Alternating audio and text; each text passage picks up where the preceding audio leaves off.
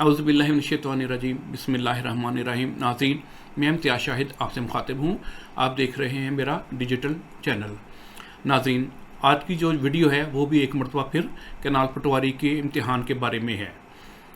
जैसा कि आपको पता है कि रात को मैंने इसी सिलसिले में एक वीडियो अपलोड की थी, जिसमें मैंने जो नया प्रोसीजर है वो बताया था। उसमें बताया था कैसे कैसे स्टेप्स आने हैं और किस किस क्राइटेरिया पे आपने पूरा उतरना है। तो उसमें थोड़ी सी कन्फ्यूजन हो गई थी, जो कि शायद मुझे समझने में गलती लगी, तो उसकी मैं करेक्शन आज करा रहा हूँ आपको।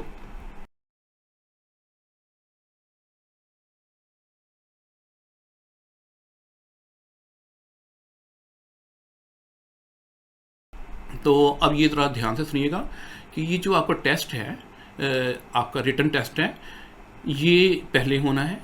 उसके नतीजे में जो क्वालिफाई करेंगे तो उसके बाद जो टाइपिंग के लिए 1:10 रेशो से कैंडिडेट को बुलाया जाएगा। यानी कि अगर 30 सीटें हैं एक सर्कल में, तो उसके लिए वो 300 कैंडिडेट को टाइपिंग टेस्ट के लिए बुलाएंगे। ये बात क्लियर हो गई है। पहले मैंने कहा था 5 कैंडिडेट बुलाएंगे, ऐसी बात नहीं है। अब 10 कैंडिडेट बुलाएंगे एक सीट के अगेंस्ट। अब जब आपका ये जो टाइपिंग टेस्ट होगा, इसमें से जो क्वालिफाई करेंगे, इसका जो क्राइटेरिया है वो ये है कि 40 वर्ड्स पर मिनट आपकी स्पीड कम से कम होनी चाहिए। अब आप जब क्वालिफाई वो करेंगे टेस्ट, फ़र्ज़ किया 30 सीटें हैं, उसके अगेंस्ट उन्होंने 300 बुला लिए। 300 में से हो सकता है 250 क्वालिफाई कर जाए टेस्ट। लेकिन अब जो ये 250 क्वालिफाई करेंगे, उनमें से जो सबसे बेहतर होंगे, जो ज़्यादा मेरिट वाले आएंगे, उनको 1:5 रेशो से इंटरव्यू के लिए कॉल किया जाएगा। यानी कि जो इंटरव्यू के लिए कॉल किए जाएंगे वो आपके रिटन टेस्ट के क्राइटेरिया पे नहीं आएंगे, वो आएंगे आपके टाइपिंग टेस्ट के ऊपर। यानी जो टाइपिंग टेस्ट क्लियर करेगा उसका मेरिट बनेगा, और उस मेरिट में से एक सीट के अगेंस्ट 5 कैंडिडेट इंटरव्यू के लिए बुला लिए जाएंगे। यही बात क्लियर होगी। अच्छा, एक चीज़ याद रखिएगा, आपका जो टाइपिंग टेस्ट है ये मास्टर ट्यूटर पे होगा। मास्टर ट्यूटर याद रखिएगा कि ये सॉफ्टवेयर है, इसी के ऊपर उन्होंने आपका, यानी कि पीपीएससी वालों ने आपका टेस्ट लेना है। अच्छा, इसमें कुछ कन्फ्यूजन एक और आ रही है, वो ये है कि अक्सर लोग कहते हैं कि जी टाइपिंग जो है इसका 1:20 कैंडिडेट बुलाए जाएंगे। तो ऐसी बात नहीं है, क्योंकि याद रखिएगा कि जो स्टेनोग्राफर के टेस्ट होते हैं उसमें क्योंकि टाइपिंग इससे भी ज़्यादा इंपॉर्टेंट होती हैं, इसलिए वहाँ का क्राइटेरिया और है। लेकिन ये जो सीटें हैं कैनाल पटवारी की, ये जनरल कैडर की हैं। जनरल कैडर की सीट जो होती है उसका थोड़ा सा क्राइटेरिया डिफरेंट होता है, उनका टेस्ट का तरीका भी डिफरेंट होता है। इसलिए इसको स्टेनोग्राफर और जनरल कैडर के में मिक्स मत कीजिएगा, ये सेपरेट चीज़ें हैं।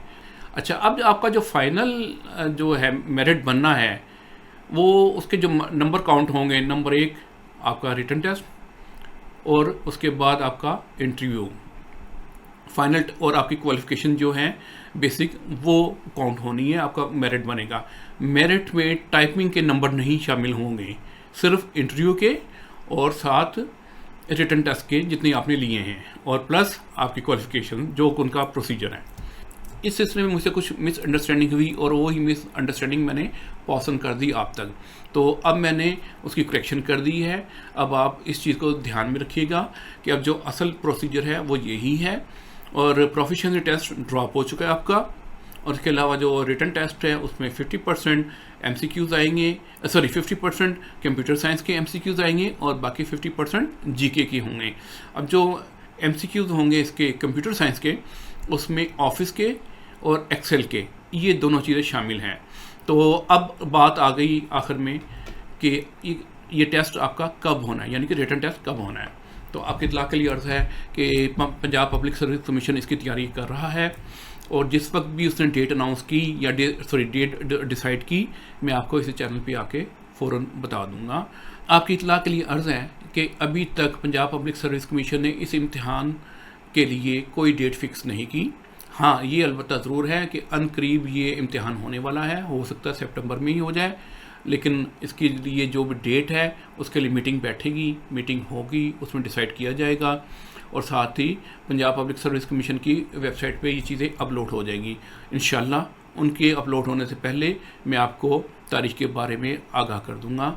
तो आज के लिए इतना ही काफ़ी है। मेरे ख्याल में अब जो कन्फ्यूजन थी काफ़ी लोगों में वो दूर होगी। इसके अलावा भी अगर आपकी कोई प्रॉब्लम्स हैं आ रही हैं या कन्फ्यूजन हो रही है तो आप मुझसे रब्ता करें, इंशाल्लाह मैं आपको गाइड करूँगा। तो आज के लिए इतना ही काफ़ी है, इजाज़त दीजिए। अल्लाह हाफिज़।